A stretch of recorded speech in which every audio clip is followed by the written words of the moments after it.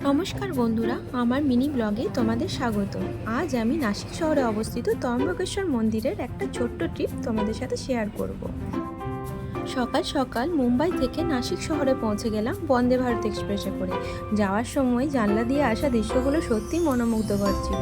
পাহাড়ের কোলে সবুজের সমাহার। নাসিকে নেমেই আমরা রেন্টে গাড়ি নিয়েছিলাম ত্রম্বকেশ্বর মন্দির পৌঁছানোর জন্য।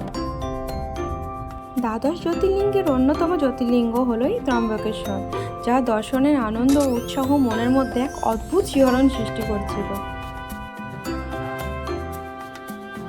আমরা মন্দির পৌঁছে গেছি। এইটি হলো মন্দিরের মেন প্রবেশদ্বার। এখানে অসংখ্য দর্শনার্থী ও পুণ্যার্থী দীর্ঘ লাইন দিয়ে তারপর গর্ভগৃহে প্রবেশ করবার সুযোগ পায়। এবার আমরা প্রবেশ করব মন্দিরের মেন চত্বরে। এটা হলো মন্দিরের মেন প্রাঙ্গণ। নাসিক শহর থেকে প্রায় 30 কিলোমিটার দূরে ব্রহ্মগিরির পাদদেশে অবস্থিত এই মন্দির। এই মন্দিরটি ব্রহ্মগিরি, নীলগিরি ও কালগিরির মধ্যে অবস্থিত। এই জ্যোতির্লিঙ্গটি আর বাকি 11টি জ্যোতির্লিঙ্গের থেকে আলাদা, কারণ এখানে শুধু মহেশ্বর নয়, সঙ্গে ব্রহ্মা, বিষ্ণু ও পুজো পান।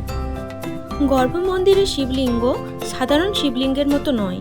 এই শিবলিঙ্গ 3টি ভাগে বিভক্ত, ব্রহ্মা, বিষ্ণু ও মহেশ্বর। তাই স্থানীয় বাসিন্দারা এই জ্যোতির্লিঙ্গকে বলেন ত্রম্বকেশ্বর।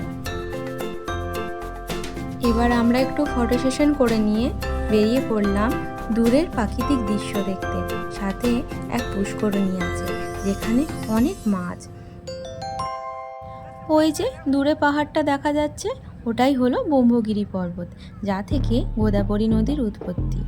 ভারতের দ্বিতীয় দীর্ঘতম নদী ও পবিত্রতম নদী হলো গোদাবরী। এই যে আমার ছেলে গর্ভ মন্দির থেকে বেরিয়ে এসে ও খুব হাসছে। ত্রম্বকেশ্বরে দর্শন পেয়ে ও খুব খুশি। গর্ভগৃহের ভিতরে ক্যামেরা অ্যালাউ না থাকায় আমি ছবি নিতে পারিনি। আশা করি তোমাদের ব্লগটা ভালো লেগেছে। প্লিজ লাইক কমেন্ট করো।